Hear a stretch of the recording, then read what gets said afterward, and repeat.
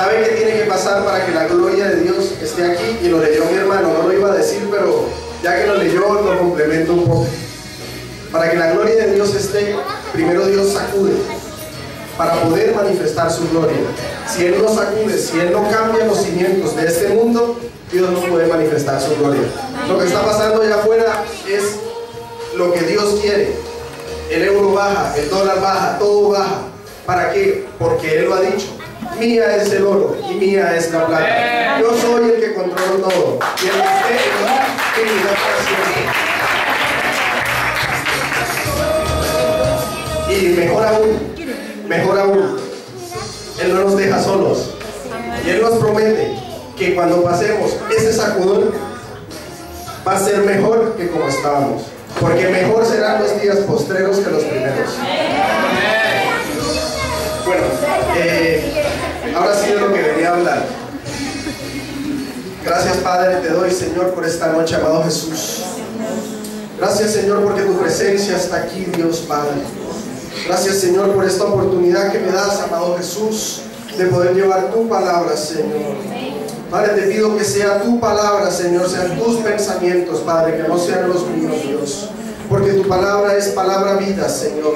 Tu palabra es vida, Señor, y vida en abundancia, Padre Santo. Señor, abre el entendimiento de mis hermanos, amado Jesús, para que comprendan, Señor, cuáles son tus propósitos, Dios. ¿A qué nos has llamado, Señor Jesús? A ti sea la gloria, Señor, y la honra, Padre Santo. Amén, Dios. Den un aplauso a Dios. Bueno, el título de hoy es Dios busca hombres que se levanten a favor de las familias. Y no crean que cuando pongo este título estoy sacando a las mujeres. No, estoy diciendo hombres que vayan a favor de las familias. Y las mujeres toman apunte de cuáles son los hombres que deben escoger para que vayan a favor de su familia. Hay diferencias entre un buen hombre y un hombre de Dios. Voy a poner un ejemplo que se me acaba de ocurrir. Mi padre es un buen hombre. Él me dio protección, me dio alimento, me dio consejos terrenales, me enseñó qué era la vida, pero aún no es un hombre de Dios. ¿Qué se necesita para ser un hombre de Dios? El hombre de Dios es aquel que consagra y entrega su vida a la obra del Señor. No estoy diciendo que tiene que dejar todo en pos de Dios, que si lo hace es maravilloso, porque Dios promete que al que haga esto tendrá en abundancia. Pero lo que el Señor te ha enviado a esta tierra, que sea para Él. Dile, repita conmigo: mis manos, mi boca, mis ojos, mi mente, todo yo es tuyo, Señor. Ese es el primer paso para que Dios vea allá está un hombre mío, allá está un hijo mío. Dios nos ha enviado como varones a ser guerreros, a ser de ejército. Todo hombre de Dios, si tiene a Dios en su corazón, tiene que ser bueno. Tiene que ser bueno porque Dios es bueno. Amén. No hay ningún hombre de Dios que no sea hombre bueno en lo natural. No lo hay, no lo hay. ¿Qué me hace a mí como especial? ¿Qué me hace a mí de hombre especial? ¿Qué me hace a mí de especial? Dios. Lo dijo en Génesis 1:26. Dios me dio dominio y señorío sobre todas las cosas. No dijo sobre esto sí, esto no, esto sí, no. Dijo sobre todas las cosas. Y para hacerme especial, me dio 4 cosas. 4 cosas que me hacen ser especial. La primera, que me creó como Él.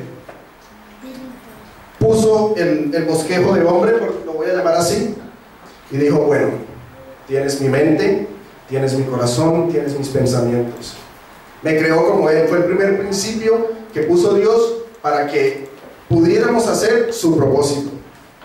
El segundo principio fue que fuimos creados para gobernar, porque Él gobierna, y por ende, si Él gobierna, si somos hechos, creados a imagen y semejanza, tenemos la autoridad para gobernar.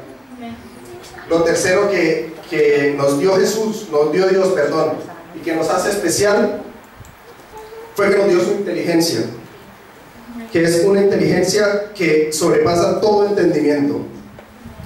Pero ¿qué pasó? Adán y Eva hizo que esa inteligencia se perdiera, que esa inteligencia ya no la tuviéramos por heredad, sino que nos tocara ir a buscarla, porque se rompió esa unión que había entre Dios y Adán en el Edén. Pero Dios no nos deja sin inteligencia. Por eso hay hombres que hablan en lenguas, eso es inteligencia. Por eso hay hombres que profetizan sobre personas que no conocen y que nunca han visto en su vida. Esa es la inteligencia de Dios. Él no la da, pero tienes que ir a buscarla, tienes que ir a buscarla. Y la cuarta cosa que me hace especial es que nos dio una mujer como compañía. Esa es la cuarta cosa que nos hace especial, porque Él no nos hizo solos, Él nos hizo hombre y mujer para que nos uniéramos y fuéramos una sola persona. Y si la mujer es especial, por ende yo soy especial porque somos uno. Hablo hombre y mujer casados. Ahora está, hasta que entreguen sus cuerpos. El resto son dos.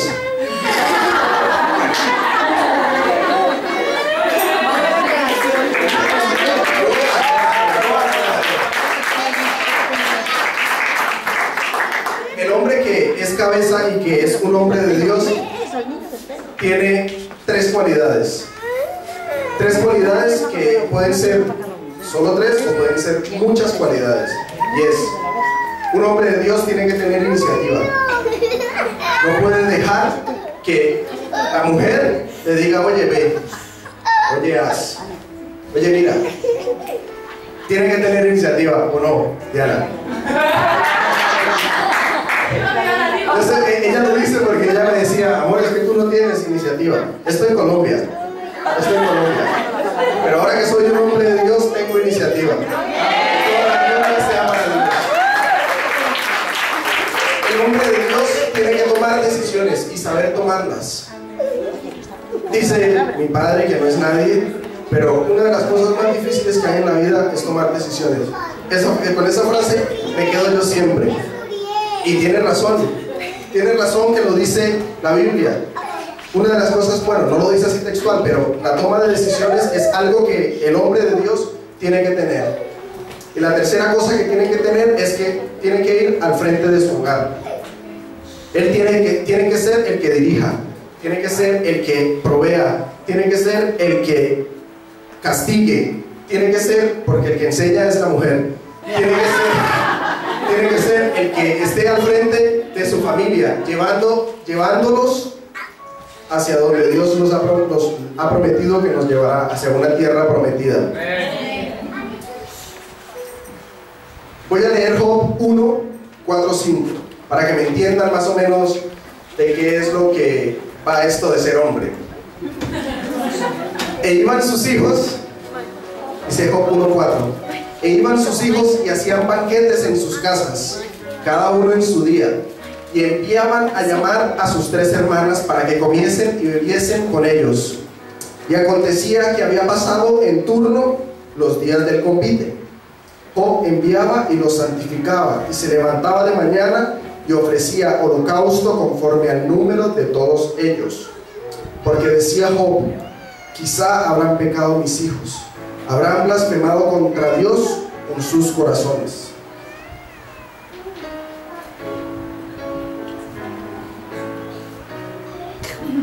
De esta manera hacía todos los días. Un principio que tiene que tener un hombre que vaya en pos de su familia es que tiene que poner un vallado. Tiene que decirle al enemigo, tú hasta ahí, porque yo soy un hombre de Dios. Y a ti no te conviene meterte con mi Dios. A ti no te conviene meterte con mi Dios. ¿Cómo hacía Job para poner el vallado sobre su casa? A pesar de que él decía, estos hijos, por si de pronto pecaron, por si de pronto hablaron contra Dios, por cada uno de sus hijos hacía un holocausto, sacrificaba un animal para que la sangre del animal limpiara su casa. Y les digo una cosa, El enemigo, que Jehová lo reprenda, sabe cuando tú tienes un vallado, sabe cuando tú no le dejas entrar. Job 10. ¿No le has cercado alrededor de él y a su casa y a todo lo que tiene? El enemigo veía que estaba cercado, que él no podía entrar, a pesar de que sus hijos eran o podían pecar. El enemigo no podía entrar a la casa de Job, porque él ponía el vallado en su casa. El vallado Dios lo pone en nuestras vidas para protegernos de todas las acechanzas del enemigo. Y el vallado lo tiene que poner el hombre. El hombre. ¿Qué pasa cuando no ponemos, o cuando el hombre no hace conforme a la voluntad de Dios y no pone el vallado en su casa? Lo que le pasó a Elí. Lo que le pasó a Elí y a sus hijos. Sus hijos eran impíos, dice la palabra. Elí, Jehová le había dicho a Elí: tú guía a tus hijos, tú cuidado de tus hijos. Pero Elí no le escuchó. Un día se le acercó alguien y le dijo: por tú no haberme oído, por no haber puesto ese vallado que te separa, que separa de que el enemigo pueda entrar a tu casa, tus hijos morirán y tu casa será humillada. Yo no sé qué va a hacer el hombre casado o el futuro marido, pero yo les prometo que haré un vallado en mi casa, porque yo no quiero que mi familia ni mis hijos sufran nunca. Nunca. Te prometo, te prometo.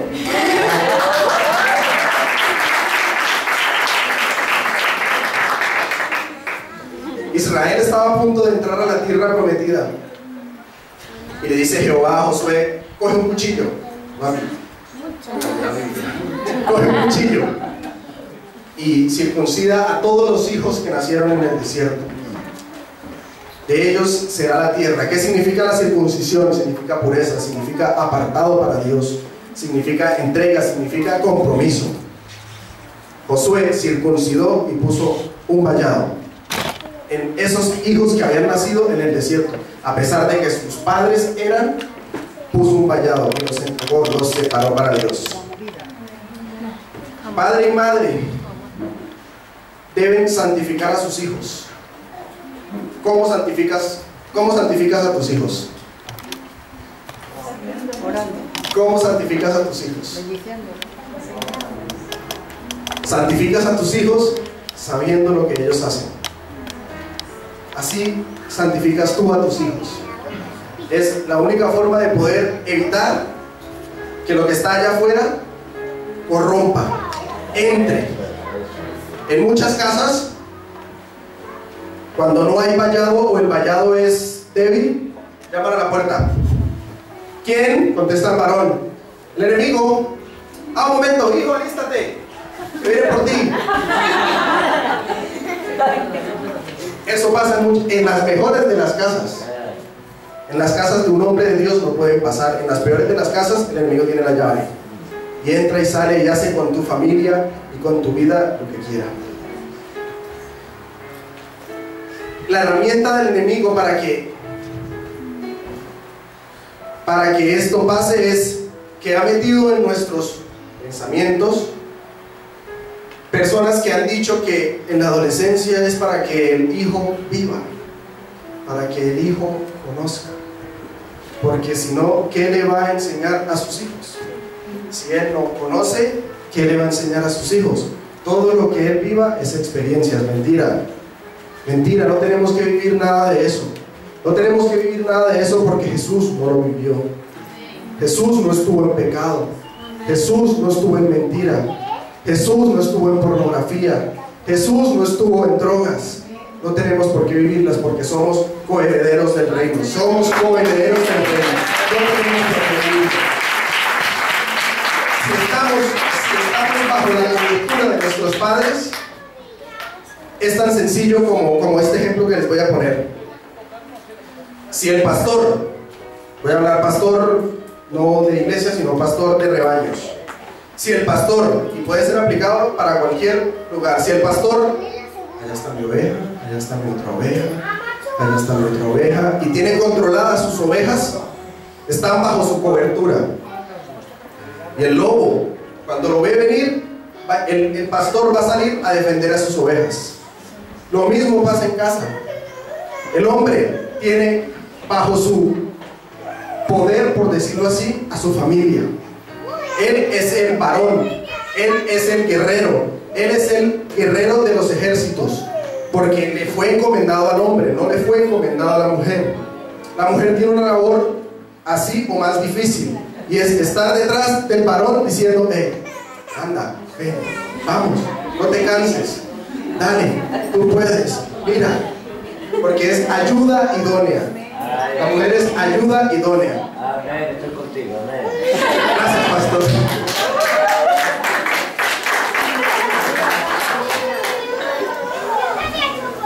Cuando el enemigo ve el vallado, no puede entrar.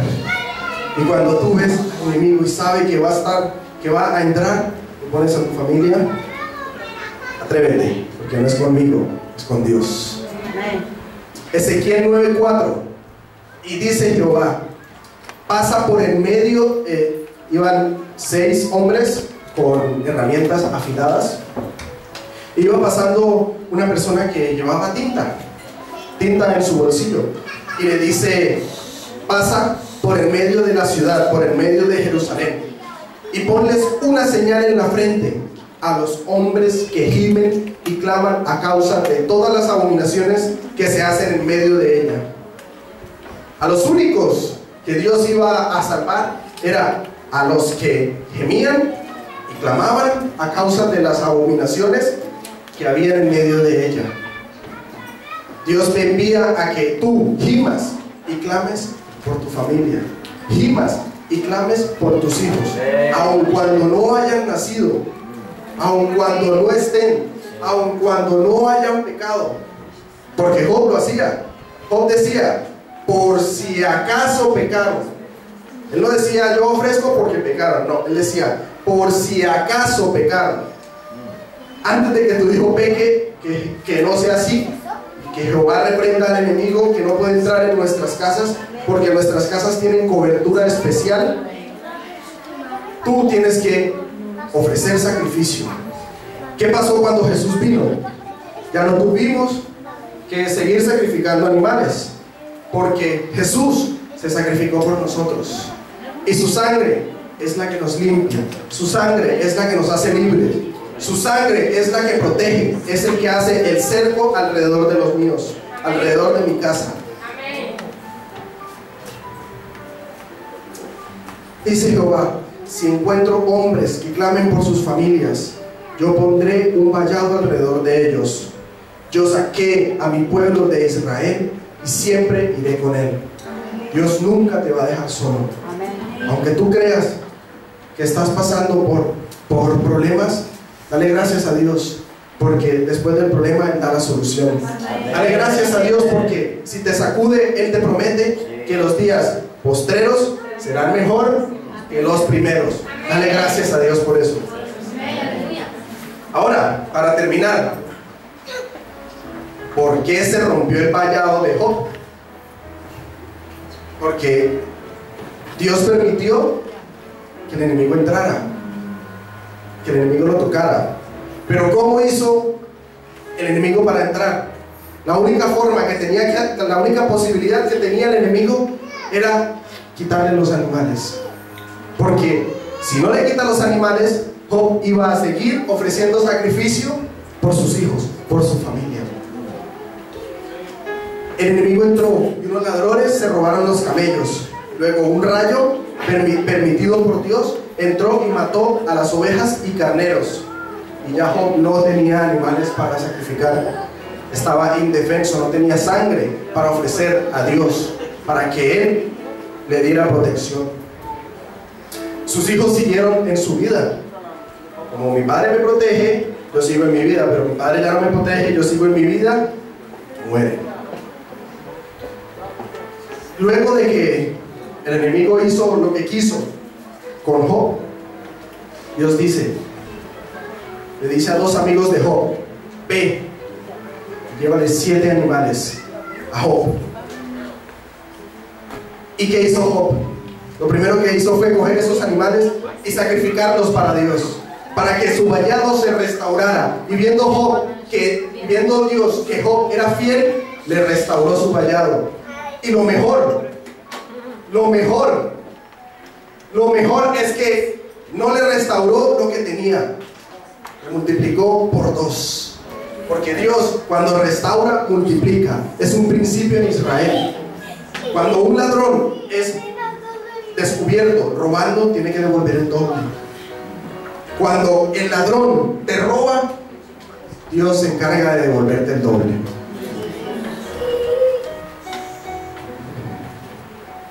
$7,000 ovejas, le dio 14,000. 3,000 camellos, le dio 6,000. 5,000 asnos, que si 500 asnos, le dio 1,000. 10 hijos, le dio 10. Le dio 10. Le dio 10. Porque Dios y porque Job no había perdido a los 10 que había perdido, porque estaban con Dios. Por eso le dio 10, porque tenía 10, 7 hombres, 3 mujeres en vivo, y tenía 10 personas con Dios. Y hacen 20. Hacen 20. Hacen 20.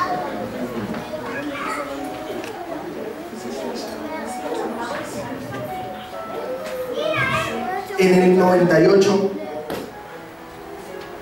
mis abuelos eran cristianos porque ya no están con Dios. Íbamos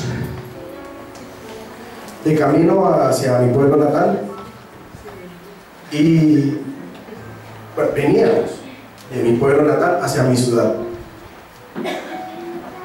y veníamos hablando. Yo tenía 14 años en ese entonces y yo venía hablando con mis padres y yo venía sin el cinturón, mi hermano también, y mi padre se paró el coche y dijo: se ponen el cinturón. Y le dije: padre, no tienes por qué ponerte imagen, yo te hago caso de buenas formas, te lo pones ya. Nos pusimos el cinturón. Mi abuela le dijo: hijo, yo estoy enferma, yo no me puedo poner el cinturón. Y no se lo puso.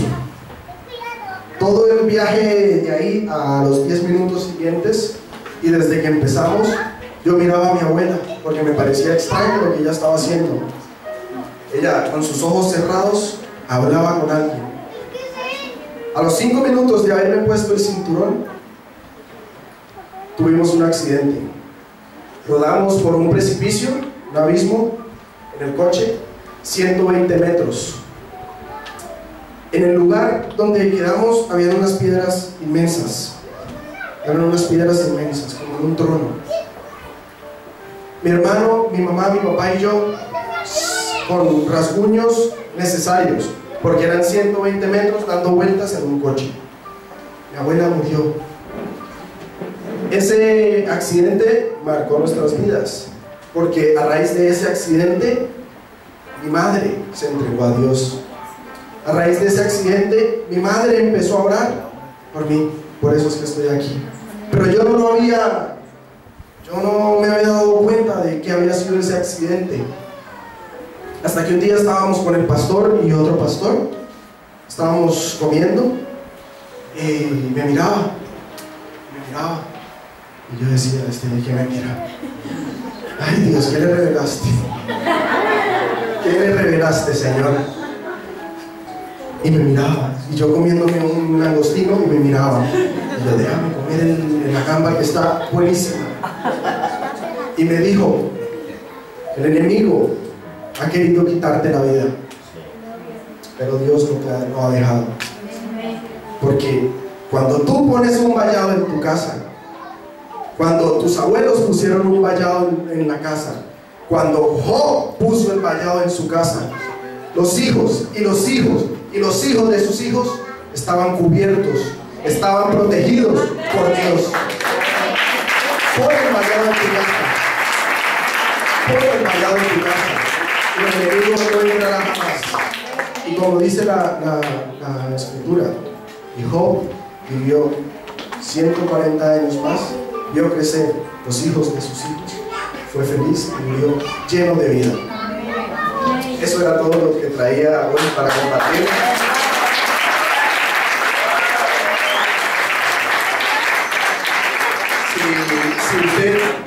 Si usted es hombre y está casado, y si se va a casar, dígale a su esposa, dígale: mi casa y yo serviremos a Jehová. Mi casa y yo serviremos a Jehová. Dios los bendiga.